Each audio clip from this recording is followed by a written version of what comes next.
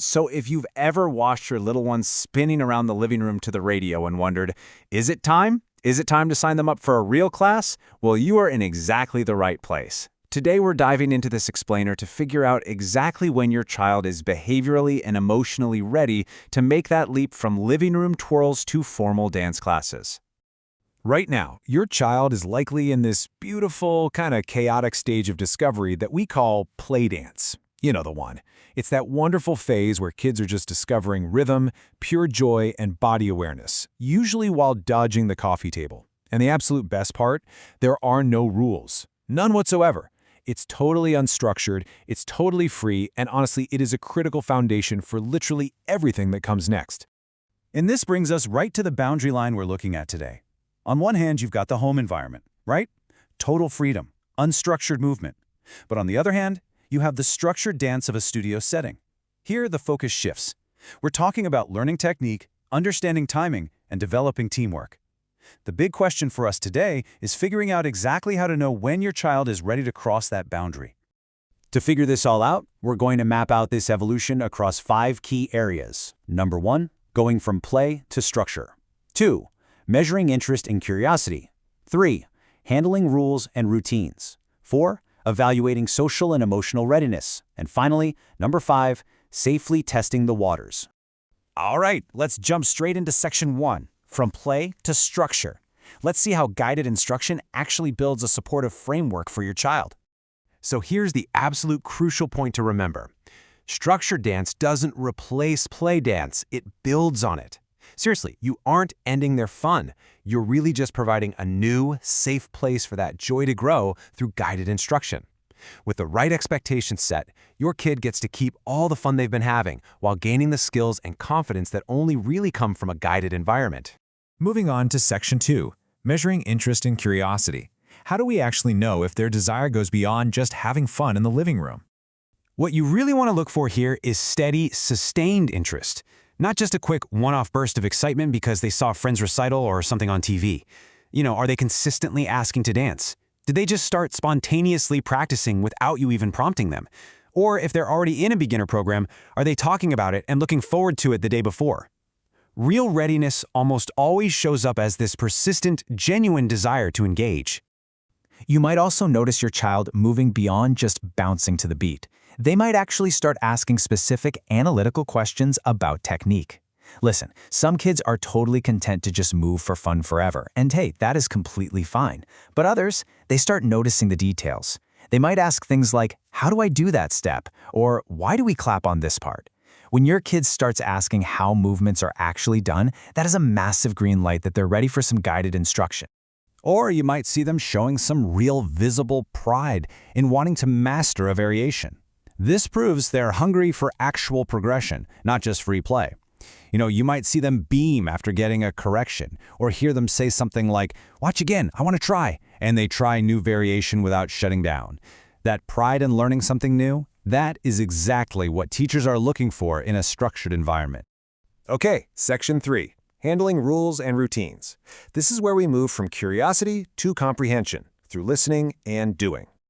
So, structured classes have a very distinct flow. You've got a warm-up, across-the-floor movement, rhythm work, a cool-down. Because of that, your child really needs to be able to follow simple instructions and stay engaged for that whole duration. It's all about listening and doing.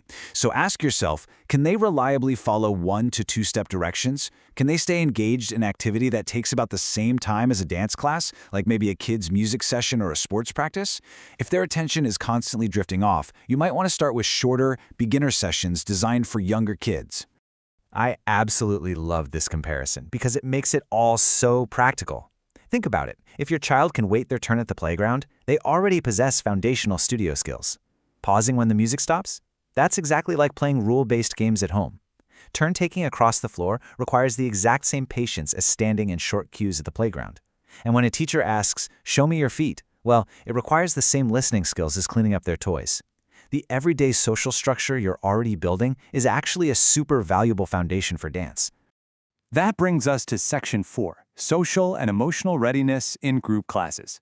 Group classes mean they have to share space and excitement with other kids. So being able to tolerate these boundaries without, immense distress is a huge sign of readiness. Most group classes involve short waits. Your child will have to watch others and take turns with the physical space. If they can handle these boundaries, especially when they're highly excited, they are going to transition so much more smoothly from your living room into a shared studio space. A ready child can clearly express their preferences and tell you exactly what brings them joy.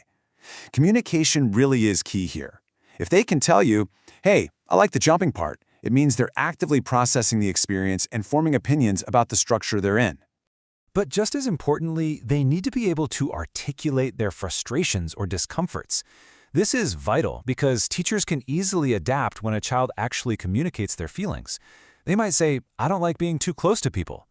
When a kid can communicate these things, teachers are infinitely better equipped to understand their comfort level. On the flip side, if your child becomes really distressed at just the idea of group activities or repeatedly refuses transitions, that's a very fair sign to just hit pause and keep the play dance going a bit longer. And parents, please hear this loud and clear. Perfection is not the goal here. A child who can take a gentle reminder and adjust their behavior is absolutely ready for an age-appropriate level. You do not need a tiny, flawless soldier. You just need a child who can hear a correction, process it, and improve quickly after a reminder. That adaptability, that is the true marker of readiness. All right, on to our final section, Section 5, Testing the Waters Before Committing. Taking some simple, low-stakes steps allows you to observe whether a structured setting leaves them feeling excited rather than totally overwhelmed, giving you immediate clarity. So if you're on the fence, just book a trial class or an introductory workshop. Watch them closely. Do they participate when encouraged? Do they follow those simple cues we talked about? And most importantly, observe how they recover after they inevitably make a mistake. A great first experience shouldn't be stressful. It should leave them feeling excited for more. But before you go writing a check, make sure you ask the studio these exact questions to ensure their teaching style actually aligns with your child's temperament. Remember, you're interviewing them just as much as they're evaluating your child. Ask them point blank about their approach for new dancers. Ask how they handle class transitions, and specifically how they encourage kids who might be a little shy. Choosing a beginner program that matches your child's age and temperament is a total game changer. So by shifting your mindset away from just looking at their age and looking instead at their behavior, you have everything you need to make the right call.